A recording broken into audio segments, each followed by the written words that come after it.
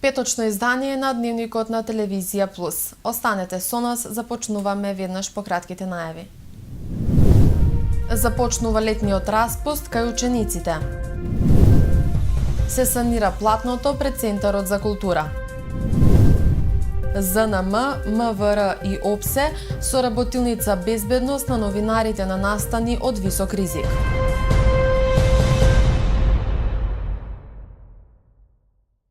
Учениците од денеска заминуваат на летен распуст. Со насмевка на лицето раскажуваат дека слободното време ќе го искористат за дружба со пријателите. Полуматурантите овој месец ќе се запишуваат во средни училишта, а матурантите пак започнуваат со полагање државна матура. За основците и средношколците денеска завршува учебната 2017-2018 година. Следните 10 дена продолжителна настава ќе посетуваат оние ученици кои не успеале да ги совладаат наставните материјали. Крајот на оваа учебна година помина без екстерно тестирање. На 14 месецов ќе се доделат свидетелствата за 9 оделенците, а на 22 за останатите ученици од 1 до 8 оделение. Помошник директорот на основното училиште 11 октомври Бобан Ничевски истакна дека е задоволен од постигнатите резултати оваа учебна година. Оваа година за нас беше многу плодна, оставивме многу награди и признание на општинско, на регионално, на државно, дури и кога име се надеваме на меѓународно ниво во Бугарија. Може да бидеме задоволни од постигнатиот успех и секогаш се трудиме да бидеме добри. Тоа е благодарност на сите ученици, на сите наставници и ментори кои што зедо учество во тие активности. Зедовме учество на, како што кажавте, на меѓународни проекти, на локално и на регионално ниво. И ќе се трудиме и наредната година исто така да земеме учество во проекти. Ова година можда истакнам дека исто така сме опремени и со смарт табла. Исто така е тоа резултат на еден проект во соработка со Мировен корпус од Македонија. Учениците нагласија дека летниот распуст ќе го искористат за одмор и дружба. Да си споменам убаво, да се шетам и така. Ти читаш можеби лектири или ќе ги оставиш за почетокот на учебната година? Ќе ги осам. Јас ќе шетам, ќе одам кај баба ми и дедо ми, ќе се дружам со другарите и ќе одморам. Нека книга? Не, ќе играм игри на лаптоп. За летен распуст ќе одам во Бугарија преку игра и ќе одиме таму да се дружиме со сите заедно. Дали ти е хубаво за време на распуст или кога си на училиште? За време на распуст. Дека во училиште имаме многу обурски, немаме време да се играме надвор со другарите. Полуматурантите овој месец ќе се запишат во прва година средно образование за учебната 2018-2019 година. На 18 и 19 јуни е првото пријавување во јавните средни училишта, а второто пријавување во јунскиот уписен рок е на 28 јуни. Во августовскиот рок пријавувањето е на 23 август. Матурантите пак утре ќе имаат тестирање по мајчин јазик, македонски, албански или турски и литература, кој е еден од трите екстерни испити задолжителен на државната матура. Првиот екстерен испит, странски јазик, англиски, француски, руски или германски, го полагаа во саботата. На 11 јуни е тестирањето по третиот екстерен предмет, хемија, физика, биологија, историја, филозофија, естетика или бизнис, а на 13 јуни ќе полагаат кандидатите кои се пријавиле за испит по математика. Две интервенции на запалена сува трева бележат кумановските пожарникари во изминатото деноноќе, информираат од регионалниот центар за управување со кризи. Првата интервенција била во аторот на селото Горно Којнаре, каде во период од 14:50 до 15:35 часот гаснеле тројца пожарникари. Сува трева горела и покрај железничката пруга во аторот на Агино село, каде исто така тројца пожарникари делувале во период од 18:45 до 20:30 часот. Причините за избувнување засега се непознати.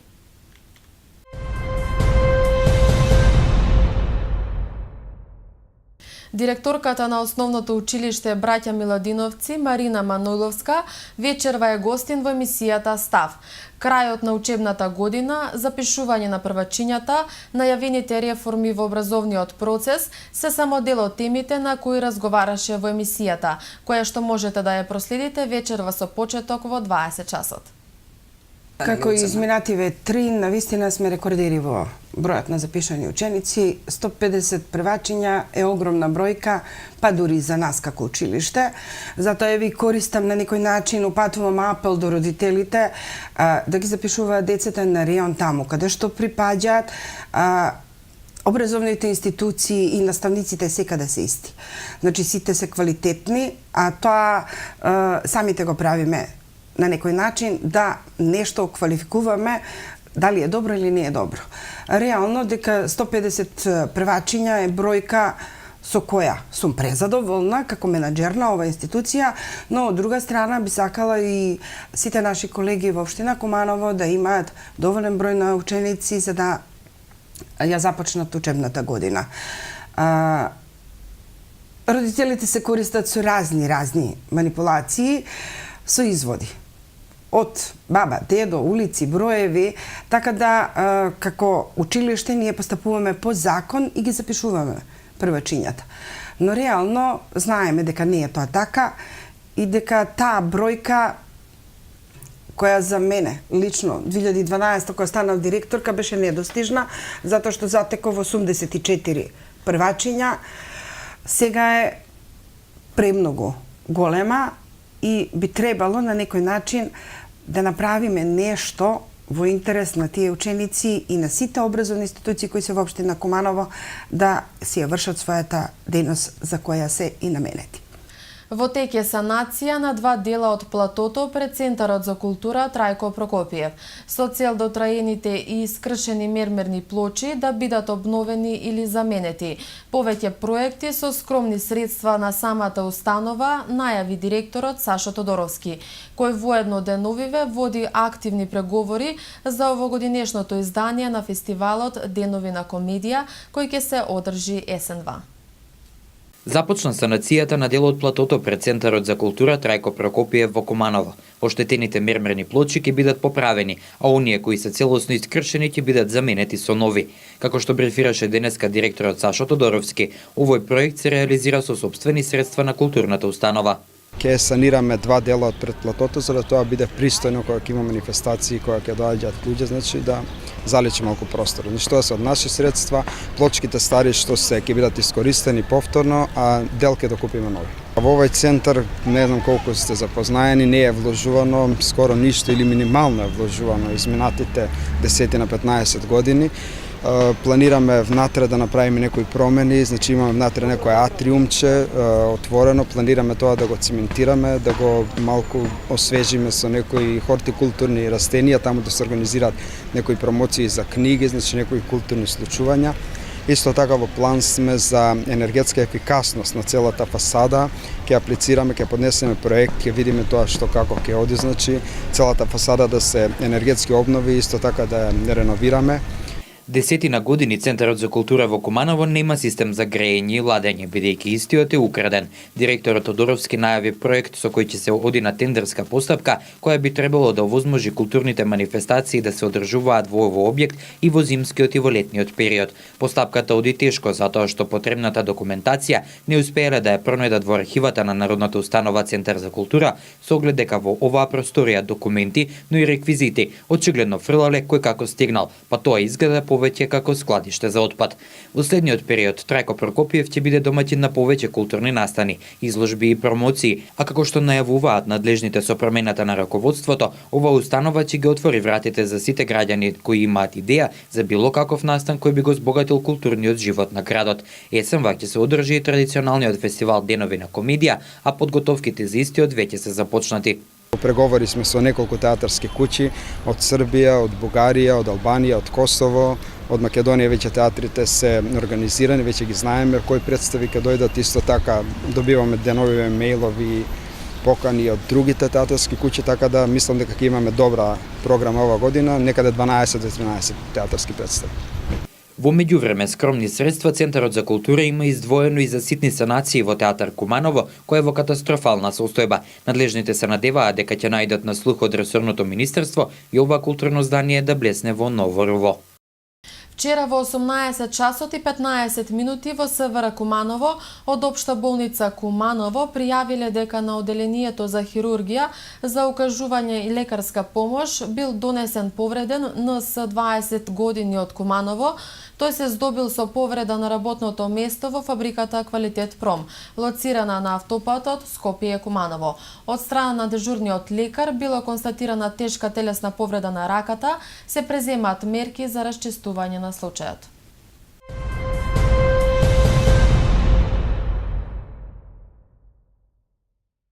ЗНМ, МВР и ОПСЕ одржа работилница на тема безбедност на новинарите и медиумските работници при известување од настани од висок ризик.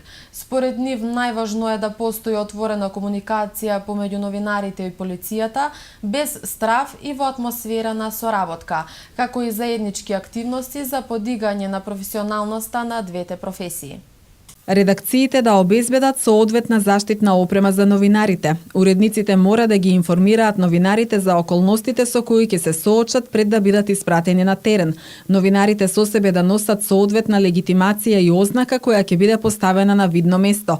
Новинарите треба да ги почитуваат специфичните наредби на полицијата, но доколку се наметне забрана, тогаш новинарите треба да се групираат и да реагираат заеднички. Се дел од препораките за безбедност при известување на настани од висок ризик, кои што беа посочени на вчерашната работилница организирана од Сдруженијето на новинари на Македонија, МВР и мисијата на ОПСЕ во Република Македонија. Исто така беше потенцирано дека полицијата треба да има едукативен пристап, да соработува со новинарите на настани од висок ризик и да им посочи како да се заштитат, да ги заштити истите и да обезбеди услови за непречено известување, а пак новинарите секогаш треба внимателно да го пресметаат ризикот и да ги следат одлуките на нивните поискусни колеги. На сите мора да ни стане јасно дека новинарите и полициските службеници имаат една иста цел, а тоа е заштита на граѓаните, односно заштита на јавниот интерес. Во изминатиот период имавме многу проблеми со отвореноста на МВР и конкретно и обвинителството. Значи тие институции мора да станат потранспарентни и добро е што се потпише меморандум за соработка помеѓу МВР и ЗНМ. Еве и тука е присутен и потпаролот на МВР. Значи се подобруваат состојбите и ќе работиме на тоа, ќе организираме и многу вакви други настани. Кога станува збор за случаи на повреда на правата на новинарите и реакции на институциите, во последните 4 години регистрирани се вкупно 50 напади на новинари и сите без судска разрешница. Во 22 случаи е пријавен физички напад, а во 14 случаи е пријавено заплашување, вербална закана, уништување на имот 11 случаи и по еден случај на апсење, незаконски притвор и дискриминација. Според МВР, новата влада во последната година се обидува да стави крај на политиката на неказнивост. За секој нов напад на новинар, полицијата водела брзи истраги, со што се помогнало да се намали нивниот број. Имавме бројни напади врз новинари, за жал дел и напади извршени од полициски службеници. Тоа е нешто што веќе не смее да се случува.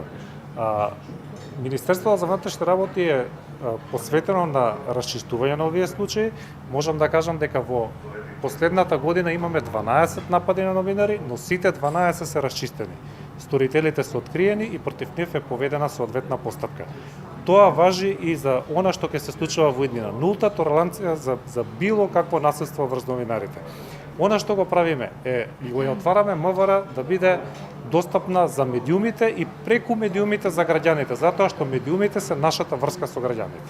Така што, откако ќе завршат овие работилници, во план е издавање и на приречник за работа, на кој ќе се придржуваат и новинарите и припадниците на МВР за утре да немаме било какви проблеми во работењето пред се на терен при одредени протести и други настани. ЗНМ, МВР и ОПСЕ смета дека најважно е да постои отворена комуникација помеѓу новинарите и полицијата без страв и во атмосфера на соработка, како и заеднички активности за подигање на професионалноста на двете професии, новинари и полициски службеници, и подигање на свеста на јавноста за важноста на истите. Председателот на ВМРО ДПМН Христијан Мицкоски вчера вечер беше во посета на Куманово, каде оствари средба со голем број граѓани. Во својот статус на Facebook Мицкоски пишува: "Имаме тежок период зад нас, препон со неисполнети и изневерени очекувања. Ветуваа 500 евра плата, повисоки пензии, поврат на ДДВ, работа за младите, подобро здравство и што уште не. Единствено што добивме се само лаги и ништо повеќе. Економијата тоне. Бројките покажуваат најмал економски раст во Европа од 0,1%. Она што ние можеме да го направиме и заеднички ќе го постигнеме е преку консултација со граѓаните да изработиме и понудиме конкретни решенија за проблемите на граѓаните, кои ќе бидат дел од новата програма. Дел од тие решенија кои ќе ги реализираме се поголеми плати во образованието до 50%, повисоки пензии за повозрастните за 40%, за достоинствена и безгрижна старост, намалување на даноците, нов лик и преродба на македонското здравство, 500 за гарантирани вработувања за дипломираните студенти и многу други проекти. И во време кога државата има толку многу неуспеси, кога гледаме дека има пазарења од владата со честа и достоинственото на народот, ве уверувам дека може и мора подобро и дека Македонија ќе победи, пишува Мицкоски во својот статус на Facebook.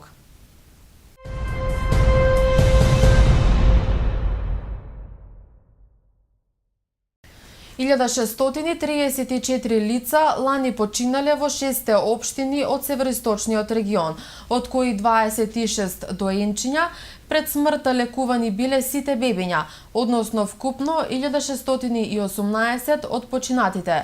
Најголема смртност има Куманово, каде во 2017 година починале 18 бебиња.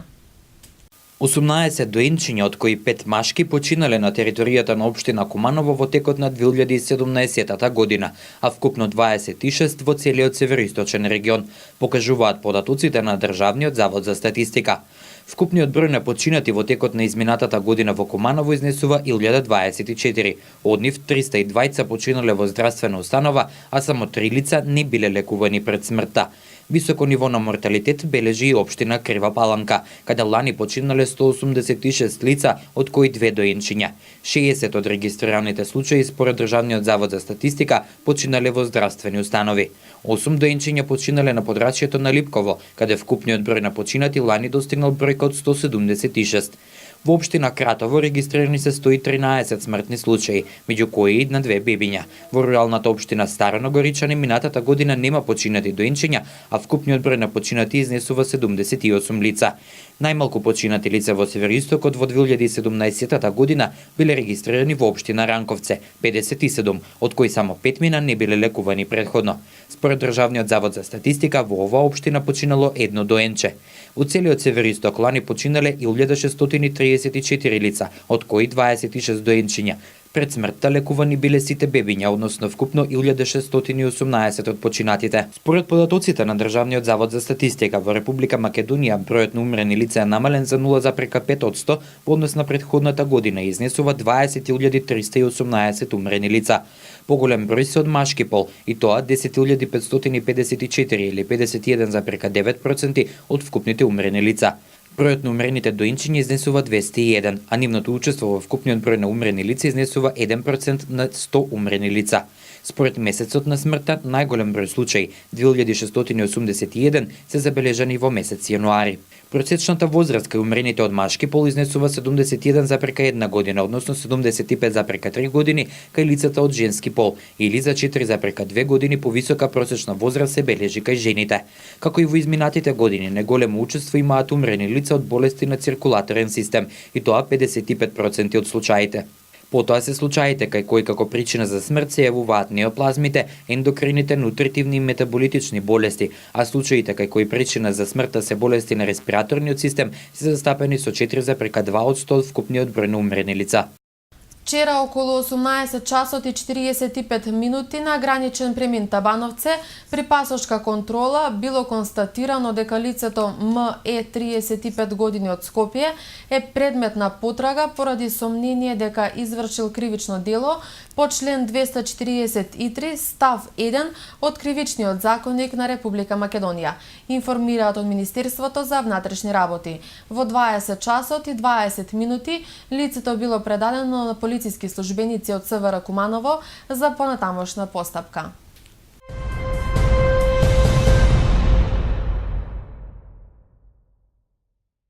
Во продолжение следуваат вестите од Македонија.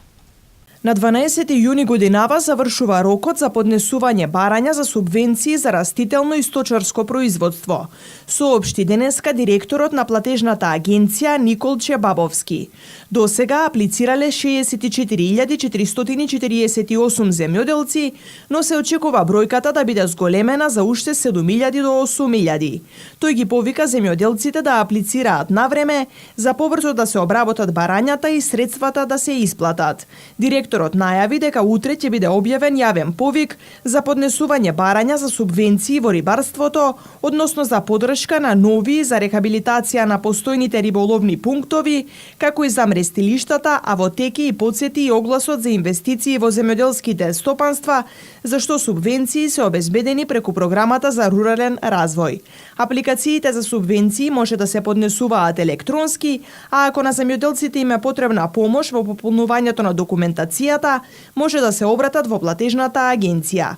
Платежната агенција годишно обработува околу 150.000 до 160.000 барања за субвенции, а апликации поднесуваат повеќе од 70.000 фармери. Во првиот квартал од 2018 година земјоделството, шумарството и водостопанството учествуваат со 6,6% во бруто домашниот производ, што е раст од 5,5% во однос на истиот период лани, кога процентот бил 1,5%. Како што соопшти Министерството за земјоделство, повикувајќи се на Државниот завод за статистика, растот се должи на повисоката откупна цена на земјоделските производи, зголемениот извоз на земјоделско-прехранбени производи, создавањето поволни економски услови за извоз, контролата на увозот на стоки и други фактори. Според Министерството, големо влијание имаат и мерките што се преземаат во делот на субвенциите, како на време на исплата, зголемената поддршка за земјоделците со развоен потенцијал, како и поддршката за младите земјоделци. Универзитетот Свети Кирил и Методи денеска ги додели наградите и пофалници на најдобро дипломираните студенти во учебната 2016-2017 година и наградата 26 јули на најдобрите студенти во учебната 2017-2018 година од областа на архитектурата, општествените науки и уметностите. Почитувајќи речиси 70-ниската традиција, со овој свечен чин, Универзитетот Свети Кирил и Методи во Скопје им одава должно признание на најдобро дипломираните студенти на нашиот универзитет за нивните успеси постигнати во текот на студирањето, соопштуваат од УКИМ. Времето денеска во Куманово беше сончево, а дуваше југоисточен ветер. Максималната температура изнесуваше 32 степени, а минималната 16. За утре метеоролозите најавуваат променливо сончево време, а ќе дува југозападен ветер. Деневната температура ќе достигне до 28 степени, додека утринската ќе се намали до 14 степени Целзиусови. Тука е крајот и на денешниот дневник. Ви посакувам убав и пријетен викенд. Од мене, довидување.